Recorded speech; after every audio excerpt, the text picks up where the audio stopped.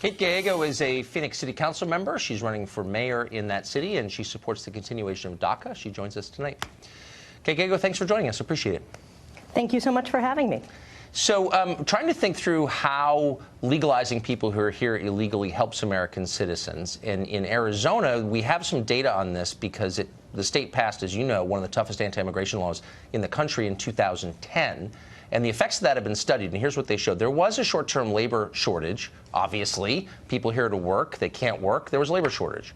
But over time, automation made up for it, and wages went up for American workers. Costs, meanwhile, went down. Prison costs went down, education costs went down dramatically by hundreds of millions of dollars. So given that we know that, why does it help the economy to legalize people here illegally? Right now, the city of Phoenix is the fastest growing city in the entire country. We added more people in 2016 than on any other city, and we're constrained by our workforce right now. We just had some folks from the home building industry come into the city of Phoenix and say, we could do so much more if we had a larger construction workforce. We could be creating jobs, we could building new affordable homes for people to live in, but we don't have the workforce we need. And they said that the point that they really feel like it's changed was not having enough people through immigration. Yeah. We're well, a lot of employers, I bet they feel Arizonans that are way. losing out. Yeah. A lot of employers make that case, and they mean it. They want, obviously, cheaper labor. I think all employers do. Why wouldn't they? But if that's true, if more illegal immigrants make a place richer, then how many specifically do you think Arizona or Phoenix needs? How many illegals do you need in your city to make it richer? Would more be better? How about 10 million? Would that make it even richer? Right now, we are desperately concerned about our DACA recipients who are in our city. Arizona has 28,000 DACA recipients who have been great members of our community, who went to our high schools, were educated here. We've been investing in them for years. Now they're ready to give back, and we're worried about their future right now. Our Republican governor has stepped up and said they're an important part of our economy. We want them to stay. Right. But you just said that. I just want to get to the nub of it, though, because I think it's a big deal. I mean, once you legalize people, they vote, they bring their relatives, it changes a place, maybe for the better, maybe for the worse, but we should be clear about the effects, I think. I think you'd agree. So if bringing in more people illegally and making them citizens makes you more prosperous, then why wouldn't you bring in 10 million and become really, really rich? Would that work? Immigrants have been amazing contributors to our community. If you look at some of the data from Forward.us, Mark Zuckerberg's organization, so many of the entrepreneurs who've built our tech economy came here through immigration. And we in Phoenix are desperate for more people in engineering and computer science. How many big tech companies were started by people from Central and South America, Latin America?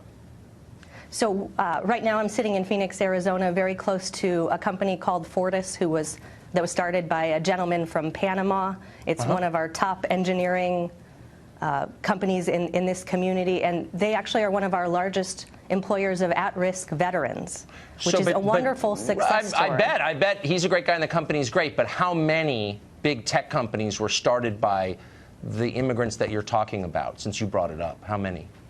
If you look at, we have so many success stories in this community, and some of them have gotten national attention. Okay. So I just want to be, because it's a big, with respect, I mean, look, I'm not attacking immigrants. I like immigrants, and I'm sure a lot of these people are great people. But people who live here, who are born here, or citizens, have a right to know the effects of this.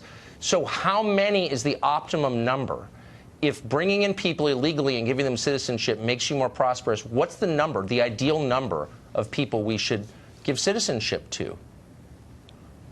Our country and our community was built by immigration, and we have so many stories in this community. So I know stories, but I'm looking for facts, and I think it's fair to ask for facts. So John Lott, who's a researcher, a social scientist, got a hold of the conviction numbers, which the government of the state of Arizona has hidden from the population, because it's lying to the population about the effects of immigration, as you know.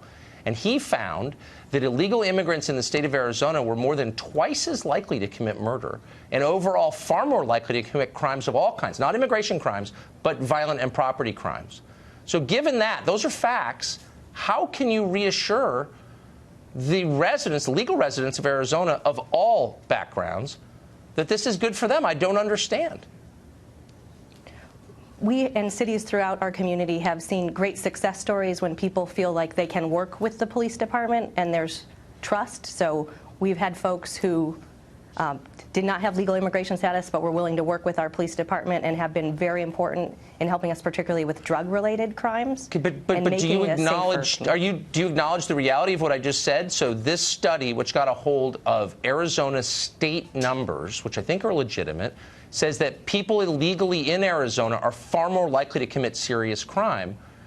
Do you not believe that? Are you just ignoring it, or what's your response to that? So I just received the arrest and crime data from the last calendar year, 2017, for the city of Phoenix. And that wasn't what we found in the city of Phoenix. Unfortunately, violent crime was led by people who live here and who were born here. That's not the question. Were people who were there illegally more likely or less likely to commit serious crimes in the city of Phoenix? Are you really saying they were less likely? I don't think that's what the numbers show. Our 2017 numbers tell a very different story than the story that that researcher is telling you.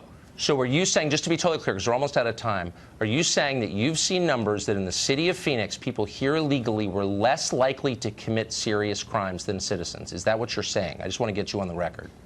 I'm saying we need comprehensive immigration reform, and it will help. Oh, you're slipping out of the question. I'm asking a very simple question, and you're not giving me a real answer, and I think that tells the whole story. Thanks for joining us. I appreciate it.